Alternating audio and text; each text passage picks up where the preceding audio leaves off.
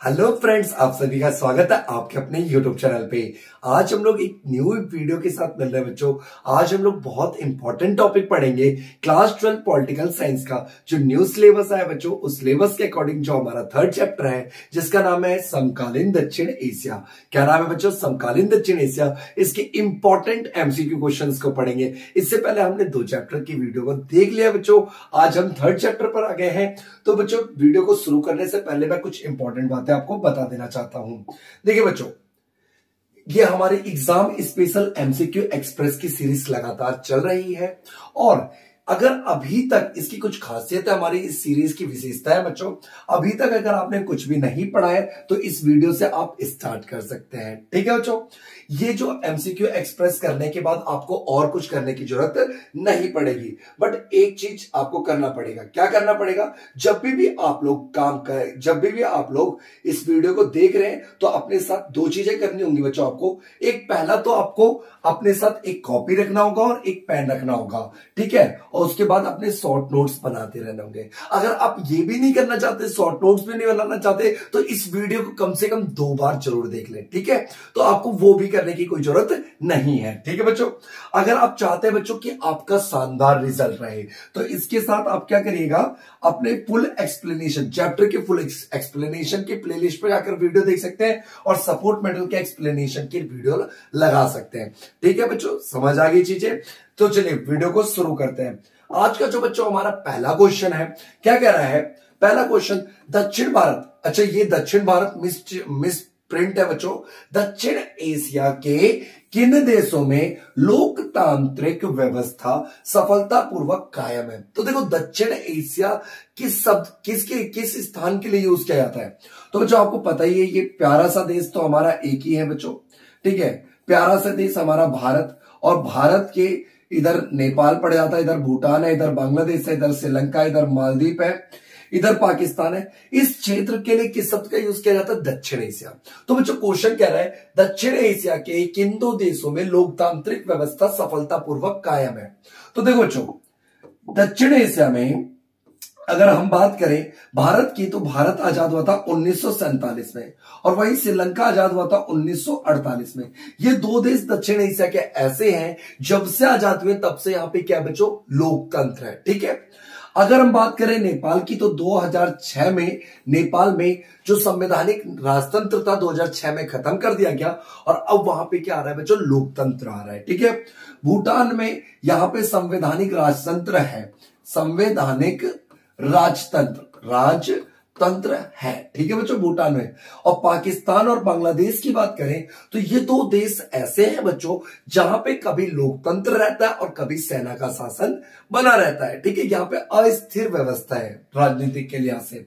और अगर हम हिंद महासागर के देश मालदीव की बात करें बच्चों, तो मालदीव में 1968 तक सल्तनत हुआ करती थी। अब यहां पे लोकतंत्र है। यहां पे एक पार्टी का दबदबा चलता है बच्चों, एमडीपी, मालदीपियन डेमोक्रेटिक पार्टी। क्या चलता है बच्चों? मालदीपियन डेमोक्रेटिक पार्टी। यह मैंने आपको पूरे दक्षिण एशिया की राजनीतिक विशेषताएं बता दी आपको। ठीक है, तो ये क्लियर हो गया बच्चों, दक्षिण एशिया के कौन से 2 देशों में लोकतांत्रिक व्यवस्था सफलतापूर्वक कायम है? तो बच्चों इसका सही उत्तर हो जाएगा हमारा भारत और श्रीलंका। क्या हो जाएगा बच्चों? भारत और श्रीलंका। भारत और श्रीलंका दक्षिण एशिया के 2 ऐसे देश हैं, जब से आजाद हुए तब से यहां पे लोकतंत्र स्थित है। ठीक है बच्चों, नेक्स्ट क्वेश्चन देखते हैं। क्वेश्चन नंबर सेकंड, क्या कह रहा है? दक्षिण भारत के किन देशों में लोकतंत्र और सैनिक शासन दोनों तरह की शासन व्यवस्था है? अभी मैंने आपको बताया दक्षिण एशिया के वो 2 कौन से देश है बच्चों? 2 कौन से देश है जहां पे कभी लोकतंत्र भी रहता है और कभी सैनिक शासन? तो एक तो हो गया हमारा पाकिस्तान, ठीक है, और एक पाकिस्तान से ही निकला है बच्चों बांग्लादेश। क्या है बच्चों? बांग्लादेश। दोनों देशों में कभी लोकतंत्र रहता है तो कभी सेना का शासन। तो देखते हैं बच्चों, बांग्लादेश और पाकिस्तान, ऑप्शन नंबर इसका सी सही है। ठीक है बच्चों, बांग्लादेश और पाकिस्तान 2 ऐसे देश हैं जो जब से आजाद हुए तब से कभी लोकतंत्र तो कभी सैनिक शासन रहता है। ठीक है बच्चों, क्वेश्चन नंबर 3 देखिए। क्वेश्चन नंबर 3 क्या कह रहा है? नेपाल में संवैधानिक राजतंत्र कब तक था?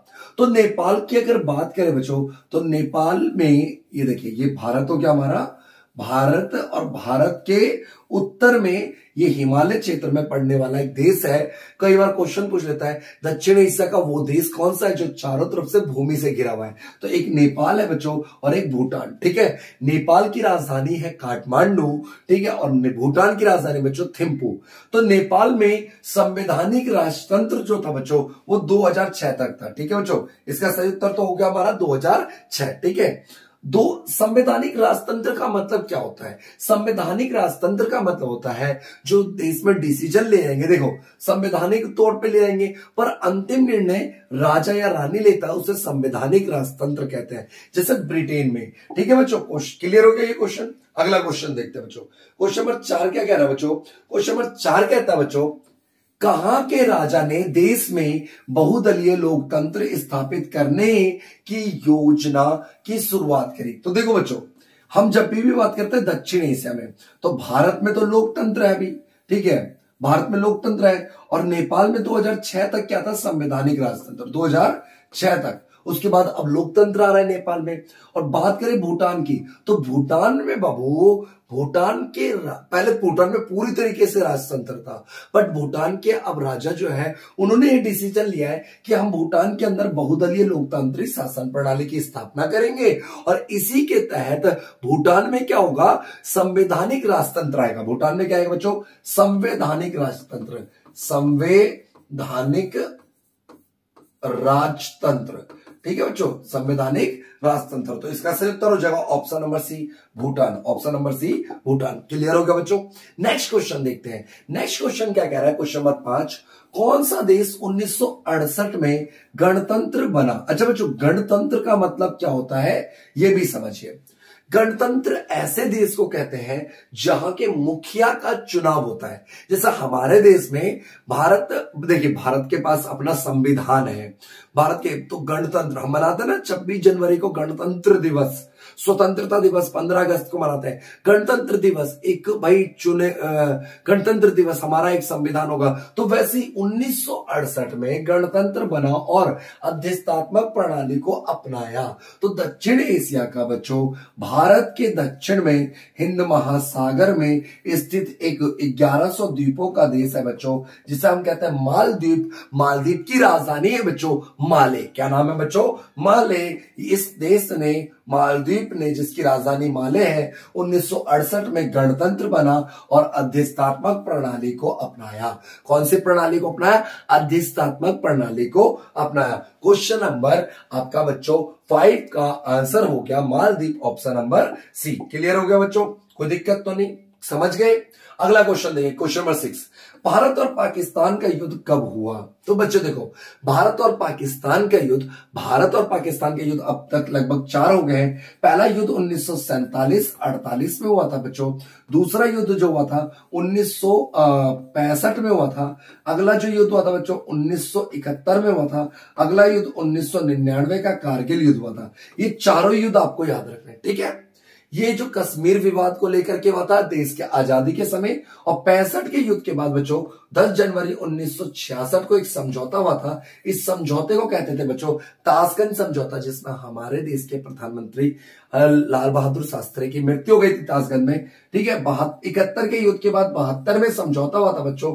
ये समझौता कौन सा समझौता हुआ था? कौन सा समझौता हुआ था बच्चों? ये समझौता था हमारा सिमला समझौता। ठीक है, और 1999 में हुआ था कारगिल युद्ध। क्लियर है? तो इसमें से ऑप्शन देखते हैं। 62 में तो नहीं हुआ, 62 मिल रहा है कहीं पे, मैच कर रहा है? नहीं। 62 में बच्चों चीन के साथ युद्ध हुआ था भारत का। 71 मिल रहा है? हाँ जी मिल रहा है। ठीक है, 77 मिल रहा है क्या? नहीं मिल रहा भैया। 78 मिल रहा है क्या? नहीं। तो इसका सही उत्तर हो जाएगा बच्चों 1971। 1971 पे बांग्लादेश के मुद्दे पर भारत और पाकिस्तान के बीच क्या हुआ था बच्चों? युद्ध हुआ था। कोई दिक्कत तो नहीं? क्वेश्चन नंबर 6 क्लियर हो गया। क्वेश्चन नंबर 7 देखते हैं। क्वेश्चन नंबर 7 क्या कह रहा है बच्चों? पाकिस्तान में लोकतंत्र स्थायी न बनने के कारण, देखो बाबू, पाकिस्तान और बांग्लादेश दक्षिण एशिया के दो ऐसे देश हैं बच्चों बाबू, पाकिस्तान और बांग्लादेश। देखिए, पाकिस्तान और बांग्लादेश, जिसे हम पूर्वी पाकिस्तान भी कहते थे। ठीक है, पाकिस्तान और बांग्लादेश दो ऐसे देश हैं बच्चों जहां पे कभी लोकतंत्र रहता है तो कभी सेना का शासन रहता है। तो कह रहा है, क्वेश्चन कह रहा है पाकिस्तान में लोकतंत्र स्थायी क्यों नहीं है? ऑप्शन ए, धर्म गुरुओं का दबदबा है। हाँ जी। बिल्कुल सही बात है। सेना को बहुत ज्यादा पावर दे दी गई है पाकिस्तान के अंदर, बिल्कुल सही बात है। अगला, भूस्वामियों का अभिजन, मतलब यहाँ पे भूस्वामी जो जमींदार तरह के जो लोग होते हैं इनका ज्यादा दबदबा है, बिल्कुल सही बात है। अगला बच्चों, उपयुक्त सभी, इसका आंसर हो जाएगा उपयुक्त सभी। ठीक है बच्चों, क्वेश्चन नंबर 7 क्लियर हो गया आपका। पाकिस्तान में लोकतंत्र स्थिर क्यों नहीं है, क्लियर हो गया बच्चों। आगे देखिए क्वेश्चन नंबर हमारा 8 देखिए। क्वेश्चन नंबर 8 क्या कह रहा है बाबू, 1947 से 1971 तक बांग्लादेश किसका अंग था। देखो बच्चों, जब भारत का विभाजन हुआ था ना तो 2 पाकिस्तान बने थे, एक बना था पूर्वी पाकिस्तान, ठीक है, और एक बना था पश्चिमी पाकिस्तान। ये देखिए ध्यान दीजिएगा बच्चों, एक बना था पूर्वी पाकिस्तान, ये वाला बना था हमारा पूर्वी पाकिस्तान, और ये बना था हमारा पश्चिमी पाकिस्तान। तो पूर्वी पाकिस्तान को अभी पूर्वी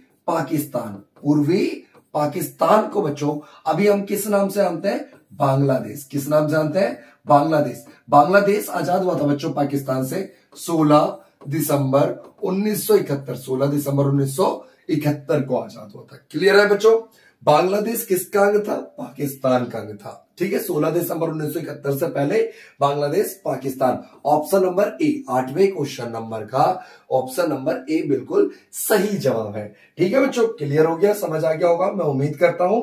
देखो, जो मैंने आपको बता दिया कि आप जब हमारे साथ मेहनत करेंगे तो इस मेहनत में कोई कमी नहीं हमारी तरफ से रहेगी। आप भी अपना एफर्ट डालिए, ठीक है, चीजों को समझिए। क्वेश्चन नंबर 9 देखिए, बांग्लादेश कब अस्तित्व में आया, बांग्लादेश बना कब बाबू। तो बांग्लादेश बना बाबू 1971, 16 दिसंबर 1971 को एक नया देश बना जिसका नाम पड़ा बाबू बांग्लादेश। क्या नाम पड़ा बाबू, बांग्लादेश। 16 दिसंबर 1971 को एक नया देश बना, नाम क्या पड़ा, बांग्लादेश। क्लियर हो गया। बांग्लादेश को पहले किस नाम से जानते थे, पूर्वी पाकिस्तान। पूर्वी पाकिस्तान का जो इलाका था बच्चों, पूर्वी पाकिस्तान का इलाका किससे बना था, असम और बंगाल। असम और बंगाल के इलाके को अलग करके बना था पूर्वी पाकिस्तान, जो बाद में चल के क्या बन गया बाबू, बांग्लादेश बन गया। क्लियर हो गया। ठीक है, बांग्लादेश कब बना था, 16 दिसंबर 1971 को बना था। ठीक है, आगे देखिए क्वेश्चन नंबर 10, बांग्लादेश में शासन की कौन सी प्रणाली लागू है। बच्चों, बांग्लादेश के अंदर शासन की प्रणाली कौन सी लागू है, संसदीय शासन प्रणाली, अधिष्ठात्मक शासन प्रणाली, बिल्कुल सही बात है, यहां पे अधिष्ठात्मक शासन प्रणाली है। ठीक है बच्चों, तो क्वेश्चन नंबर 10 का हमारा आंसर हो गया बच्चों, क्वेश्चन नंबर 10 का आंसर हो गया हमारा, क्या हो गया, सी। ठीक है, क्लियर है, प्रतिनिधि मूलक लोकतंत्र है यहाँ पे, ये भी नहीं है बच्चों, प्रतिनिधि मूलक लोकतंत्र। क्लियर है। नेक्स्ट क्वेश्चन देखते हैं, क्वेश्चन नंबर 11, श्रीलंका कब आजाद हुआ। बच्चों सिंपल सा शॉर्ट ट्रिक याद रखिएगा। देखिए, यह हमारा देश है भारत, सिंपल सी बात है, सिंपल सी बात, बिल्कुल सिंपल। भारत के भाई आजाद होते पाकिस्तान बने थे, 2 पूर्वी पाकिस्तान, पश्चिमी पाकिस्तान। भारत आजाद हुआ 1947, पाकिस्तान भी आजाद हुआ 47 में, श्रीलंका अगले साल आजाद हुआ 1948 में, 1948। चीन की बात कर ले बच्चों, चीन की, चाइना की बात कर ले तो 1949 में क्रांति आई थी, और ये बांग्लादेश की बात कर ले 1971। भारत कब आजाद हुआ, 47 में, पाकिस्तान 47 में, श्रीलंका 48 अगले साल, चीन 1949 में, बांग्लादेश 1971। ये देखिए बच्चों, श्रीलंका कब आजाद हुआ तो 1948, भारत के अगले साल ही क्या हो गया, आजाद हो गया श्रीलंका। ठीक है बच्चों, क्लियर हो गया। क्वेश्चन नंबर 12 देखिए, क्वेश्चन नंबर 12 क्या कह रहा है, श्रीलंका में तमिल इल्लम की मांग किसने की। देखो बच्चों, जो श्रीलंका है हमारा, मान लीजिए श्रीलंका है, तो श्रीलंका के जो उत्तरी इलाका और पूर्वी इलाका, इस इलाके में, उत्तर पूर्वी इलाके में तमिल लोग बहुत ज्यादा थे। ब्रिटिश शासनकाल के दौरान चाय के बागानों में खेती करने के लिए मजदूरों की जरूरत थी, तो भारत से बहुत सारे तमिलों को ले जाके ब्रिटिश ने कहां पे बसा दिया, श्रीलंका में। ठीक है, और श्रीलंका 1948 में आजाद हो गया। 1948 में जो श्रीलंका के जो मूल जाति है, वहां के मूल निवासी हैं, वो थे सिंहली। श्रीलंका का पुराना नाम क्या है, सिलोन है। ये सब क्वेश्चन आते हैं बच्चों। ठीक है, तो देखो यहां पे ना, जो ये इन पे अत्याचार बहुत ज्यादा होता था, तो इन्होंने, तमिलों ने एक अलग देश तमिल इल्लम की मांग कर दी। ठीक है, तो ये बच्चों liberation of Tamil Eelam, liberation of Tamil Eelam. ठीक है, क्वेश्चन नंबर 12 का हो जाएगा answer number A, liberation tigers of Tamil Eelam. ठीक है बच्चों, 12 का ऑप्शन क्या हो गया हमारा ए, लिट्टे। ठीक है, liberation tigers of Tamil Eelam. Clear है बच्चों। क्वेश्चन नंबर 13 देखते हैं। क्वेश्चन नंबर 13 क्या कह रहा है बाबू? क्वेश्चन नंबर 13 क्या कह रहा है? 1948 में भारत पाकिस्तान के युद्ध के फलस्वरूप भारत के किस भाग के दो हिस्से हो गए?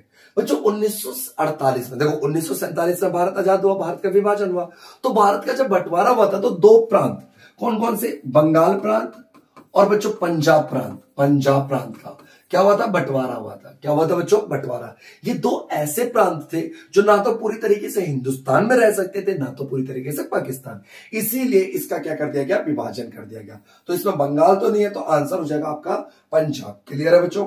क्या हो जाएगा? पंजाब। क्वेश्चन नंबर 14 देखते हैं। क्वेश्चन नंबर 14 क्या कह रहा है? ठीक है, क्वेश्चन नंबर 14 देखिए, भारत और पाकिस्तान के बीच ताशकंद समझौता। अब देखिए बच्चों, भारत और पाकिस्तान के बीच कितने युद्ध हुए थे? 4। तो दूसरा जो युद्ध हुआ था बच्चों 1965 में हुआ था। 65 के युद्ध के बाद 1966 में एक समझौता हुआ था, ताशकंद समझौता। ये हुआ था 10 जनवरी 1966 को। तक पहुंचने में मदद करने वाले नेता देशों के सही विकल्प का चयन कीजिए। तो बच्चों किन किन देशों ने मदद करी थी? तो यूएसएसआर और कोसी जिन। ठीक है बच्चों, यूएसएसआर के नेता कोसी जिन। तो ऑप्शन नंबर 14 का हो जाएगा बच्चों बी। ऑप्शन नंबर 14 का आंसर क्या हो जाएगा? बी। क्वेश्चन नंबर 15 देखिए। क्वेश्चन नंबर 15 क्या कह रहा है बाबू? क्वेश्चन नंबर 15 कहता है हमारा, भारत और पाकिस्तान ने सिंधु जल समझौते पर दस्तखत कब करे? तो सिंधु जल समझौता क्या था बच्चों? भारत के उत्तरी में सिंधु नदी और सिंधु की 5 नदियां, झेलम, चिनाब, रावी, सतलज, व्यास, सिंधु और सिंधु की सहायक नदियों के पानी के लेकर के बंटवारे को लेकर के, विवाद को लेकर के एक समझौता हुआ था भारत और पाकिस्तान के बीच, जिसे हम कहते हैं सिंधु जल समझौता। ये समझौता हुआ था बच्चों 1960 में। कब हुआ था बच्चों? 1960 में। कई बार क्वेश्चन ये पूछ लेता है इसमें मध्यस्थता किसने कराई, बीच बिचौलिया किसने कराया? तो बच्चों IMF और वर्ल्ड बैंक ने, IMF और वर्ल्ड बैंक ने मध्यस्थता करवाई। क्लियर हो गया बच्चों? क्वेश्चन नंबर 15 क्लियर है। क्वेश्चन नंबर 16 देखिए। क्वेश्चन नंबर 16 क्या कह रहा है बच्चों? क्वेश्चन नंबर 16 क्या कह रहा है? क्वेश्चन नंबर 16 बच्चों, निम्नलिखित में से किस देश ने रोहिल्लाओं के प्रवास के संबंध में एक मुद्दा था? रोहिल्ला को बसाना। रोहिल्ला बाबू एक मुसलमानों की ही एक जाति है, जो कि कहां से संबंधित है बच्चों? इसका संबंध म्यांमार से। किससे संबंध है बच्चों? म्यांमार से। म्यांमार से ये लोग बांग्लादेश में आ रहा है और बांग्लादेश से ये लोग घुसपैठ करके कहां घुस रहे हैं बच्चों? भारत में घुस जा रहे हैं। ठीक है, इसकी बहुत बड़े लेवल पे समस्या बढ़ती जा रही है, रोहिल्ला लोगों के प्रवास की। ठीक है, या इनका कहा जाता है, ऐसा देखिए कहा जाता है कि म्यांमार के अंदर इन पे बहुत ज्यादा अत्याचार हो रहे हैं, तो ये लोग भाग के बांग्लादेश आ जाते हैं और बांग्लादेश से क्या आ जाता है? भारत आ जाते हैं। तो क्वेश्चन नंबर 16 का ऑप्शन नंबर क्या हो गया बच्चों? सी हो गया। क्लियर है? क्वेश्चन नंबर 17 देखिए। क्वेश्चन नंबर 17 क्या है बच्चों? क्वेश्चन नंबर 17, श्रीलंका के जातीय संघर्ष के बारे में निम्नलिखित में से कौन सा कथन गलत है?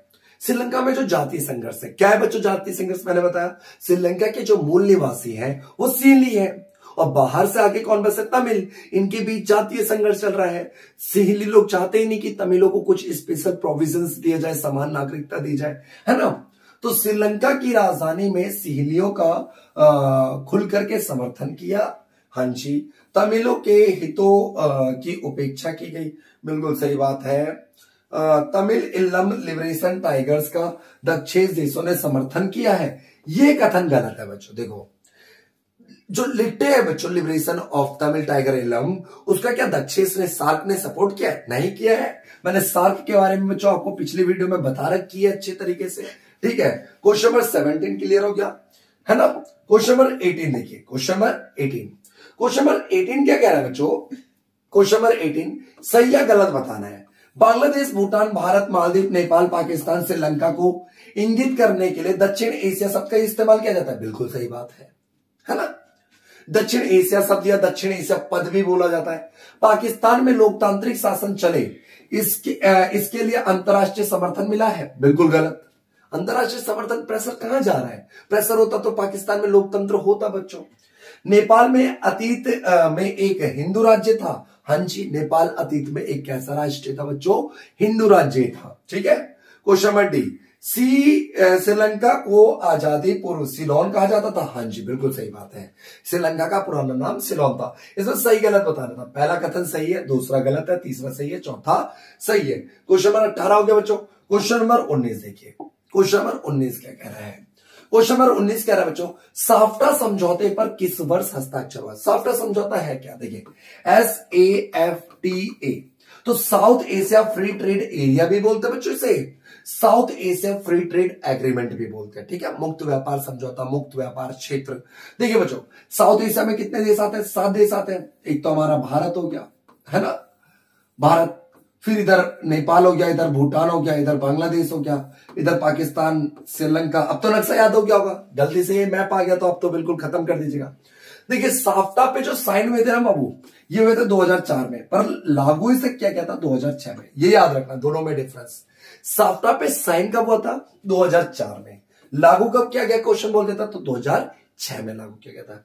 क्लियर है बच्चों? क्वेश्चन नंबर 19 क्लियर है। अब देखिए अगला क्वेश्चन, क्वेश्चन नंबर 20 देखिए, दक्षेस का पहला शिखर सम्मेलन किस देश में हुआ था? दक्षेस को क्या बोलते हैं बच्चों? SAARC, SAARC. सार्क का फुल फॉर्म होता है बच्चों South Asia Association for Regional Corporation, Hindi में बोलते हैं दक्षेस, दक्षिणी क्षेत्रीय सहयोग संगठन। ठीक है बच्चों। अच्छा, सार्क का जो पहला शिखर सम्मेलन हुआ था ना 1985 में हुआ था बच्चों, बांग्लादेश की राजधानी ढाका में, बांग्लादेश की राजधानी ढाका में। ठीक है, बांग्लादेश में होता। ऑप्शन नंबर इसका बी बिल्कुल सही जवाब है। क्लियर हो गया बाबू? क्वेश्चन नंबर 21 देखिए, क्वेश्चन नंबर 21 क्या कह रहा है बच्चों? निम्नलिखित में से किस दक्षिण एशियाई देशों में संवैधानिक संकट है? संवैधानिक संकट किस देश में? दक्षिण एशिया में से पाकिस्तान में, बांग्लादेश में, भूटान में, नेपाल में। तो संवैधानिक क्राइसिस रहा है बच्चों नेपाल में रहा है। किस में रहा है बाबू? नेपाल में। क्लियर है? किसमें रहा है? नेपाल में। कोई दिक्कत तो नहीं? वहां पे 5 बार नेपाल में संविधान बनाने के लिए संविधान। देखो बच्चों, एक तो मिसप्रिंट हो गया थोड़ा सा, क्वेश्चन नंबर 21 ये भी है और ये भी क्वेश्चन नंबर 21, तो ये दोनों ही सेम नहीं है, अलग अलग क्वेश्चन है। दक्षिण एशियाई क्षेत्र में अपनी अर्थव्यवस्था का उदारीकरण करने वाला पहला देश। देखो बच्चों, दक्षिण एशिया में अपनी अर्थव्यवस्था का उदारीकरण करने वाला पहला देश होता वो श्रीलंका था। क्वेश्चन ये उठता है कि उदारीकरण का मतलब क्या होता है? उदारीकरण का मतलब होता है बच्चों, सब देखो, सरकार के नियंत्रण को, कंट्रोल को कम से कम करना ही उदारीकरण कहलाता है। जैसे भारत ने अपनी अर्थव्यवस्था का निजीकरण, उदारीकरण, वैश्वीकरण कब किया था? 1991 में किया था, है ना। क्वेश्चन नंबर 22 देखते हैं। क्वेश्चन नंबर 22 क्या कह रहा है बच्चों? 18वां सार्क सम्मेलन कहां हुआ था? क्वेश्चन नंबर 22 कह रहा है बच्चों 18वां सार्क सम्मेलन कहां हुआ था? तो बच्चों भारत में होता नहीं, नेपाल की राजधानी काठमांडू में होता। सार्क का बच्चों हेडक्वार्टर भी काठमांडू में ही है। कहां पे है बच्चों? काठमांडू। काठमांडू कहां की राजधानी है? तो नेपाल की राजधानी है। ठीक है बच्चों। क्वेश्चन नंबर 23 देखिए, पाक अधिकृत कश्मीर POK की राजधानी। देखो बच्चों, मान लीजिए ये जम्मू कश्मीर है अपना, ठीक है, इसका बहुत सारा इलाका ना, जम्मू और कश्मीर का बहुत सारा इलाका किसने कब्जा कर रखा है? पाकिस्तान ने, जिससे हम बोलते हैं POK। क्या बोलते हैं बच्चों?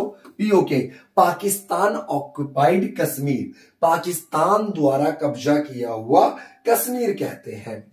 तो इसकी राजधानी कहां है? तो इसकी राजधानी है बच्चों मुजफ्फराबाद। क्या है बच्चों? मुजफ्फराबाद। अपने वाले की क्या है? श्रीनगर। क्लियर है बच्चों? मुजफ्फराबाद, है ना। अगला क्वेश्चन देखते हैं। क्वेश्चन क्या रहा है बच्चों अगला? देखिए question number 24, liberation tiger of Tamil Eelam, जिसे हम लिट्टे कहते हैं बच्चों, इसका फुल फॉर्म ये होता है लिट्टे का, इसे याद कर लीजिएगा। लिट्टे की फुल फॉर्म भी पूछ लेता है पेपर में।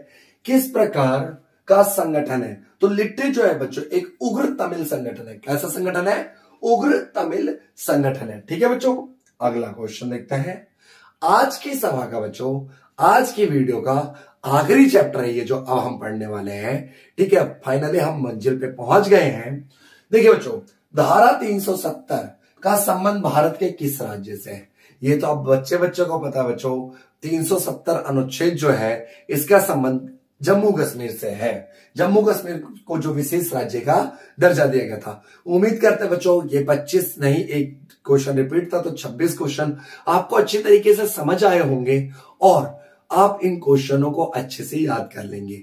उम्मीद करता हूं हम आपके जो जरूरत है उनके अकॉर्डिंग क्वेश्चनों को ला रहे हैं। अगर बच्चों आपने हमारी वीडियो को पूरा देखा है तो कम से कम वीडियो को लाइक कर दीजिएगा, क्योंकि आपके लिए बहुत हम मेहनत करते हैं, हमारी पूरी टीम मेहनत करती है।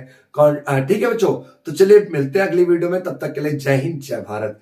वीडियो को सपोर्ट करें और कम से कम अपने एक फ्रेंड के साथ और अपने एक दोस्त के साथ वीडियो को शेयर करना ना भूलें।